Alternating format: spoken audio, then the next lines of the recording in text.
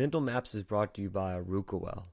Well is a virtual holistic mental health service providing psychiatric evaluations, holistic interventions, and when needed, medication management.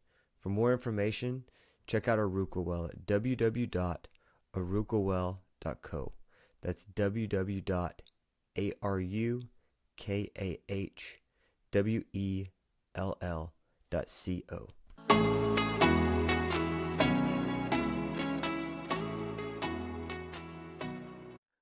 Welcome back to Mental Maps. As always, I hope this finds you well no matter what season of life you're in. I am super excited about today. We are going to start a really cool series. You know, we've ran series on this show before, but this is probably the one I'm the most excited about. One of the reasons I chose to do this concept of a show is that there's nothing that frustrates me more as a provider than seeing people go out and buy supplements or buy things to try to get well and it not work, right? I tell my students all the time, there's nothing worse than seeing someone spend $45 on a supplement and then they take it for 9 days and they don't get better. And I get a lot of questions on, what do I need to take? How can I help through my diet, through my exercise, whatever that looks like? And I get a lot of questions of like, what minerals do I need? What vitamins do I need? And, you know, we've talked about it on the show before with Sean Wells, like supplements and those kind of things. And so I thought this would be a really cool opportunity to jump into some of these core concepts of mental health, brain health that's really popular in our world and kind of decide, is this something you need? Right now, ultimately, right, we know that working with an integrative provider who can pull labs on you, who can see if these are there is the best option. However, we also know that costs money. That can be very challenging from an access perspective. So I'm hoping that this is an opportunity to work through some of these concepts to see if maybe this is something that could benefit you. And if not, maybe you're able to say like, hey, I know this won't be helpful to me now based on how I'm feeling, right? So what we're going to do is primarily focus on minerals in this run, right? Because minerals are really interesting. Vitamins get a lot of love. Everybody thinks about vitamins, but minerals many times are grouped into vitamins, are their own thing. And they're really, really important in the world of like brain health and mental health. And so I think it'd be really cool if we could just work through some of the concepts of like minerals, right? Now, that being said, before we jump into the concept of minerals, I want to go back to a topic that we've talked about before that I continue to work through, right? It's not that I've got this thing nailed down, but I continue to share with you guys because I think there's something to it. And it bridges off some of the work of Chris Palmer and some of those teams of this whole concept like hyperexcitable and hypoexcitable, meaning that rather than using a label, depression, anxiety, whatever that may be, you're either hyperexcitable or hypoexcitable, meaning that like a great example of this is depression. I was using this the other day with someone. In the world of depression, right? You can have insomnia, eat all the time, have racing thoughts, have hysterical crying spells. At the same time, right, from a diagnostic perspective, you can sleep all the time, not want to eat at all, can't get out of bed, and have slow thinking. Both of those consider depression. But from a presentation, that's wildly different, right? And so what you see, and even dating back to like the early 1900s, there was this concept of like hyperactive depression. We'll talk about that in a minute. And so we're going to relate some of this knowledge that we're going to discuss here back to these concepts, right? So I may say like, this is helpful for hyperexcitable. And what that means is it's helpful for stuff that gets you, the people that are up, right? Whereas if I say it's better for hypoexcitable, that means people who are kind of low, right? And you may say, well, that's depression, anxiety can be the same way, right? You can see some people who have issues managing anxiety, who have racing thoughts, who are constantly worried, who are shaking and tremoring. At the same time, you can see people with anxiety who don't leave their house, super fearful. Their thoughts are so overwhelmed, they just don't even have any thinking. They have poor focus and concentration. Once again, same disorder, very different presentation, right? So with that basis, let's jump into the world of minerals, right? I thought the best place to start with this is probably the most popular mineral in the world of like brain health, and that is magnesium. We see magnesium in so many things, right? You see it in supplementations, you see it in different like micronutrient compounds, you see it in like energy drinks, it's everywhere, right? And so the question is, what is magnesium? Ultimately, magnesium is a mineral that's very, very important for neural transmission, right? Meaning that it's really important for nerves as well as your brain. And we know it's the fourth most abundant mineral in the body. So it has a lot of actions and it does a lot of things. In that world, we primarily see them in leafy green vegetables, avocados, whole grains, nuts, and fish, right? So if you want to consume magnesium, you have your leafy greens in that, you have your whole grains in that, you have your nuts in that, and you have your fish in that. We have it in dark chocolate. However, it takes a lot to get it out of dark chocolate. So from a amount perspective, you're better off going that route. However, eat some dark chocolate. You can get some magnesium in it. We know that magnesium is involved in a lot of different things, but primarily in the brain, it's involved in the balance of a neurotransmitter called glutamate, right? Now, this is going to feel kind of sciencey. We're not going to get super sciencey with it, but I think it's hard to articulate this without throwing some science in there, right? So hang with me. Glutamate is a neurotransmitter that's really important for mood, right? It's involved in other things too. It's involved in seizures, but we see it really important in the world of mood, primarily from an excitation standpoint, right? As I tell my students all the time, glutamate is excitatory. It kind of gets everything going in the brain, right? For example, glutamate is so excitatory that in a state of crisis, the brain will use glutamate as sugar to continue to keep the brain running, right? That's how excitable it is in the brain. Magnesium tries to balance glutamate primarily through modulating NMDA receptors, right? Now, if you're in the world of mental health or health in any way, you've heard of NMDA receptors before. It's involved in a lot of different things, right? But we know that it's really involved in the world of mental health, primarily like depression. We've seen maybe a connection in schizophrenia, and there's some other things, but it's really important in that world. And we know that magnesium, to a point, blocks that receptor. And so by blocking those receptors, it can help balance glutamate. We see magnesium have very similar effects on NMDA receptors that like ketamine does, right? Which is kind of interesting. A medicine that was FDA approved for depression and does other things as well, but it does that. We also see where magnesium improves serotonin modulation. That serotonin gets a lot of love. It's very controversial, but we know it has a concept in the brain and for mood. And we see where magnesium has very similar effects that like antidepressants called like SSRIs have, like Prozac, Zoloft, Lexapro, very similar actions, right? There are some studies that were done that showed that magnesium would create what was called a synergistic effect, right? It would kind of magnify the effect of the medication they were taking. And so you may be thinking like, well, has this been studied? Like, do we see it?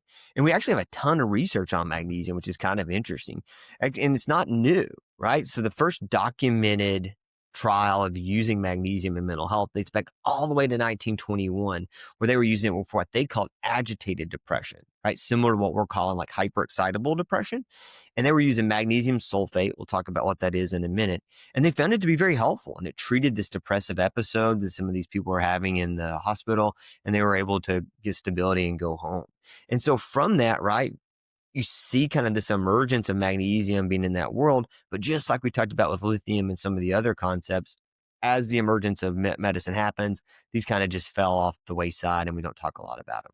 However, we know that clearly adding magnesium to someone's brain can be helpful. And so then it's maybe theoretically that could some of these issues be due to not having enough magnesium? And so there's actually been studies that kind of look on that, right? One of the most interesting, right? It's a really low cohort that they study, but it kind of has some power to the punch, right? It was done by Sawakuma and his colleagues in 2013. And they found that there was low magnesium in the hippocampus, which is a place in the brain, as well as low NMDA activity, right? That receptor that we talked about before, in people who had died by suicide. So they were looking at brains postmortem and found that through their research. And so it was believed that not only they didn't have enough magnesium, but the NMDA activity, right, that modulates glutamate, that's important for excitability in the brain and all those things, was also low. And so they kind of hypothesized that not that they didn't have enough magnesium and that's why they took their own life, but clearly there may be some kind of correlation there that we need to continue to look at. There's other studies going on right now. We're not going to talk about them ad nauseum, but there's a lot of discussion of magnesium in the brain health. And so you may be asking yourself, like, should I be taking magnesium? And if so, what do I take? And that's kind of the whole concept of this, right? We know there's 10 forms of magnesium. We're not going to go over all 10 forms because some of them don't have as much to do with brain health as others do. But we will talk about the ones that are the most popular, primarily the ones that you'll see in supplements or maybe that you'll see on like some kind of social media video, that kind of stuff, right? And so we'll kind of jump into it. Now, as we jump into this, I'm going to give like 2 words, right? It'll be like magnesium citrate or magnesium glycinate. All that means is it's the mineral of magnesium with something else, right? One of the cool things about the natural world, right, is that it recognizes, our body and the world recognizes, to get something somewhere in the body, we many times need something else with it. And we have certain foods and certain ways that something it gets the thing that it needs to get to where it's going. And so that's all it is, right? So for our first one, for example, magnesium citrate is magnesium and citric acid. And where is it found? In acidic fruits. Who'd have thought, right? And so you think that you have this magnesium mineral, it's in acidic fruits, so it has citric acid with it. And so to a point, it's able to do certain things in the body. And one of the things we see, it can be very calming, right? Going back to that hyperactive depression standpoint. But the knock on it is it's a big GI modulator, right? It's known for its laxative effects. It can really get your gut going. Now, if you're having a lot of constipation, it would be very helpful to use in that way. However, you have to be really careful because the GI motility there is pretty profound. However, it's there. The second one is magnesium chloride, right? And so it's magnesium and chlorine, right? So once again, those two together, and that chlorine helps it be absorbed in the stomach pretty quickly. And that's very helpful for people with constipation and heartburn, any kind of GERD. However, if you don't have those issues, it's still going to get your gut moving, right? So you have to be very careful with that. You also see where magnesium chloride is used in a lot of lotions because it can really soothe and relax muscles because it's really well absorbed with that chlorine into the skin. And so you may see like you'll get like a muscle rub that has magnesium chloride in it. It's just magnesium with that chlorine, right? It helps to get absorbed in the muscle a little bit easier. It doesn't get to the brain as well, but it's there and it can be very helpful for that kind of stuff, right? Next is magnesium glycinate. And of all the magnesiums I'll talk about, this is the one I use the most as a provider. And I think it's got the most research on it. And so all it is magnesium and glycine together. And I know this sounds kind of chemistry. Hang with me. Glycine is an amino acid, right? And so all glycine does is help you sleep. So you have magnesium, this way to kind of calm down hyperexcitable stuff, and you get an amino acid with it that helps you sleep. We see it be very helpful in protein construction because it primarily comes from proteins. Comes from fish, comes from other meats, comes from dairy, comes from legumes. And so because of that, that glycine amino acid that we don't get in a lot of other of those foods that we've talked about before, like those leafy greens, it's not in there. So these foods have that. And so it can be very calming to the body, right? We know magnesium glycate has what's called a high bioavailability, meaning that it's just really well absorbed and it's really easy to like access, right? We see magnesium glycate be very calming. It's very helpful for sleep, stress. So, if you're someone who's finding yourself being really up, kind of stressed, hyperexcitable, you also can't sleep, magnesium glycinate may be very helpful for that. It's also good for nerves. It's also good for muscles. So if you're having like some chronic pain at the same time, it could give you a little help with that. And so I use it in a lot of different ways as a provider, right? The next one is magnesium L-threonate. I know that can sound kind of like, what? All that is thoronic acid. And thoronic acid is a breakdown molecule of vitamin C. So all it is magnesium and broken down vitamin C together. And so you have to think if it's something that's broken down, connected with it, it's probably easily absorbed, right? And that's what you see with this. It's really easily absorbed. It easily gets into the brain. It readily crosses the blood-brain barrier. And so you see it used in depression. You see it used in dementia a lot. There's some pretty solid studies about that, primarily because we believe some of the issues in dementia, right, are related to NMDA receptors. Not that dementia itself is called by NMDA receptors, but that is kind of the damage that's occurring. There's actually a drug on the market right now that focuses on NMDA receptors for dementia that's just kind of like taking artificial magnesium, right? Which is kind of interesting. L-threonate is also helpful for memory loss because, as you imagine, that's what NMDA receptors help with. So if you've got that magnesium L-threonate, really well absorbed, if you have someone who's having a lot of memory issues, cognition issues, maybe even has like aging population, you can see where that can be very helpful, right? The next is magnesium malate, which once again, magnesium and some kind of acid, malic acid, right? And we see where malic acid is really gentle on the GI, right? So if you are known to have like some GI issues, magnesium malate is probably your best way to go, right? It's also better for muscles. So one way to remember that is malate muscle. It's really well absorbed into the muscle, and so it's really helpful for fibromyalgia and chronic fatigue. You'll see it used a lot in those ways, right? So you may be thinking, why is it used in something that could be maybe down, right? And chronic fatigue to a point is just a result many times of being too up. And so what you can do is by calming things down, you can bring someone up. And so you see that with magnesium malate. But once again, fibromyalgia is really helpful. You see malate in food and wine. There's some wines that have the malic acid in it. So that's something you can use there. So just something to be thinking about if you're having like a lot of muscular pain, maybe you're known to have a lot of GI stuff, the malate can be helpful there. Next is magnesium orotate, right? And all that is magnesium is an orotic acid. You see magnesium orotate in a lot of supplements. It's out there because it's really helpful for energy production, primarily in the heart and the blood vessels. So for that orotic acid helps magnesium get into your cardiovascular system. So because of that, it has a really low laxative effect. It's easily absorbed, but it's really good for heart and blood vessels. So if you're someone that has like cardiac issues, maybe you find yourself having, you're on statins or you're on a bunch of other drugs, magnesium orotate may be helpful to you at the same time of helping your mental health because it could kind of do both there. However, magnesium orotate's way better for cardiac than it is brain stuff, right? Next is magnesium oxide, right? Is magnesium and oxygen. So they take oxygen, bind it to it, give it to you in a tablet or whatever that looks like. It's really poorly absorbed, right? So, but you'll see it used every now and then in like constipation and stuff. And you may see it out there on the market, but just know it's not orotate, right? So some people will go to the store, maybe they're looking for a magnesium. They see that magnesium and the O behind it. They'll grab it. Make sure it says orotate if you're looking for that cardiac stuff, because the oxide itself is really poorly absorbed, right? And the last one we'll talk about is magnesium taurate. And all that is magnesium and taurine put together. Now, many people may know what taurine is. Taurine was in a lot of like energy drinks back when they got really popular. Was that like 15, 20 years ago, right? It's still there. And taurine really helps stuff get into the brain. And so what taurine does is it improves the ability for magnesium to enter the brain. And we see with this magnesium taurate, it's not only calming, but it has a lot of anti-inflammatory and neuroprotective effects, right? So it can be really calming in that way. But also if you're known to have maybe a lot of inflammation in your brain, maybe you had a lot of head trauma, that kind of stuff, magnesium taurate could be a little bit more helpful to you because of its neuroprotective ways, right? And it's really easy on the GI. So if your head's spinning, go back, listen to it again, because it is important in that. So you see the magnesium citrate, way better if you're having constipation because it's going to have the laxative effect. You have magnesium chloride, which you'll see in lotions a lot of times. It can relax muscles, but once again, it can make your gut get moving. Magnesium glycinate, which is pretty easy on the gut, very calming, best for sleep, right? Magnesium L-threonate, really easy absorbed and is best for memory, right? And then your magnesium malate, gentle on the stomach and is best for muscles, right?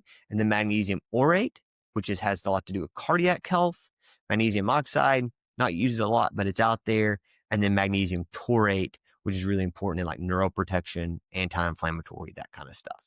And so you may be thinking as we kind of go through this, well, if this is there and it's in food, how does this get low? And to a point, we know that food has a lot to do with it, right? I mean, if you're not eating, those whole grains or those good meats or those legumes or those leafy greens, you may not be getting them the way you want to. However, there is some pretty solid studies that it has a lot to do with chronic stress. One of the things, and if you go back to the stress show that we done a few months back, stress is something that just beats your body down, right? It's something that feels like there's no end and it just continues to wear on you. And when stress occurs, it's going to use nutrients in the body and the brain in an attempt to kind of help you survive. And magnesium in itself is one of those core minerals that really gets beat up in the world of chronic stress, right? If you look at like stress balance, supplementation, things like from Thorne and those kind of things, a lot of times they'll either have like zinc or magnesium. We'll talk about zinc next on the next show. But those are really helpful in that world because both of those minerals help regulate glutamate and get just destroyed in stress. Because what is stress? It's this hyper excitable worry, overthinking, freaking out, all that kind of stuff, right? But we also do see it has a lot to do with calories that are deficient in magnesium. We also do see as well, there's some pretty interesting studies of people who like engorge food, right? Within like having a lot of calories, that there can be some pretty heavy issues there. And so it's just there, right? We see it's more likely in this like melancholy world of suicidal depression. We see it to where it can be helpful in that world, or not melancholy, I'm gonna take that back. It's more helpful in like suicidal depression, but less likely in melancholy, which kind of relates to that hyper excitable world like we're talking about. So how do you know if you need magnesium? Well, one, if you're looking for the systems that we talked about, go back to that run that we just done, right? Are you looking for cardiac? Are you looking for laxative? Are you looking for those kind of things? However, what I would say is if you're finding yourself being hyper excitable, meaning that your symptoms, what you're feeling, has got your body or your mind overactive, right? Whether it's like hysterical crying spells or racing thoughts or feeling overwhelmed or that on edge, irritableness, can't sleep, anything that's kind of up, right? Whether you're feeling depressed, whether you're feeling anxious, whether you're feeling angry, whatever it may be, right? That is what we've seen that magnesium can be the most helpful with, right? Now there have been some conflicting studies in the world of hyperactivity, right? And like kids and looking at that from like an ADHD perspective, but it does appear that that has something to do in a different domain, right? The research is pretty conflicting. However, could it be helpful for like chronically hyperactive? Maybe, but really in the world of mood is where you're seeing a lot of that. And so if you choose to go down that route, you may be thinking, what dose do I take? And there is some conflicting data on how much you need to create an effect, right? Most research studies that were done looked at anywhere between 125 and 300 milligrams 1 to 3 times a day, right? We see where a really solid study that showed its effect in the world of depression was a 3 times a day. You got it at, breakfast, lunch, and supper, right? However, because of like the calming effect, I love to dose it at nighttime. So I'll recommend someone take anywhere between 2 to 500 milligrams at bedtime and kind of look at it from there, right? The max dose in itself, there's not a lot of data, but we know that a commission in Europe identified that at 2,500 milligrams, there's toxicity, right? So if you hit that, for sure, you're going to get toxic. However, I don't really see a lot of benefit of going above 600 to 900 milligrams. And remember, the more you take, the greater risk you have on your GI health. So just be aware that even these ones that don't touch the GI as much, if you take a lot of them, you're going to get it rolling, right? So just be aware that there's a thin line with that. I think anywhere for the average human, 240 to really 600 at night time's a good place to start. If you find yourself being also very excitable in the day, maybe dosing it twice a day, and you may find that it can be very helpful. Now, we'll talk about another mineral the next time we do this show, and that'll be zinc. And we know that magnesium and zinc play well together to the point that they make each other work better. And so you'll see a lot of supplements have magnesium and zinc together in it. I love, love, love using magnesium and zinc for insomnia. It's probably one of my favorite things to give people.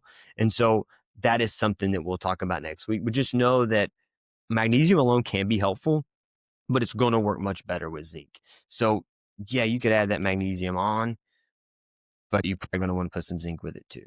So remember, hyperexcitable, nerve pain, muscular pain, history of cardiac issue, anything that's like up, up, up, up, up, think about trying magnesium.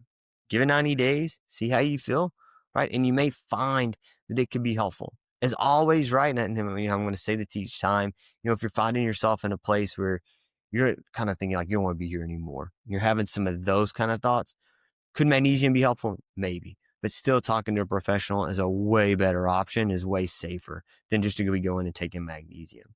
However, in this world of using a supplementation, if you're trying to figure out what that looks like in your own mind, in your own life, give it a shot, right? We'll post a breakdown of this as well on social media just so you can have that, and it kind of helps you understand which ones are what. But I definitely would say, check this out. I think it's really helpful. I've seen people who do really, really well with it. I've seen people who really get good sleep on it. So give it a shot.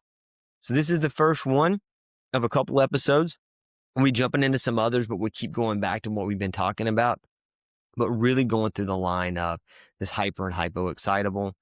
And maybe magnesium is good for hyperexcitability. Till next time.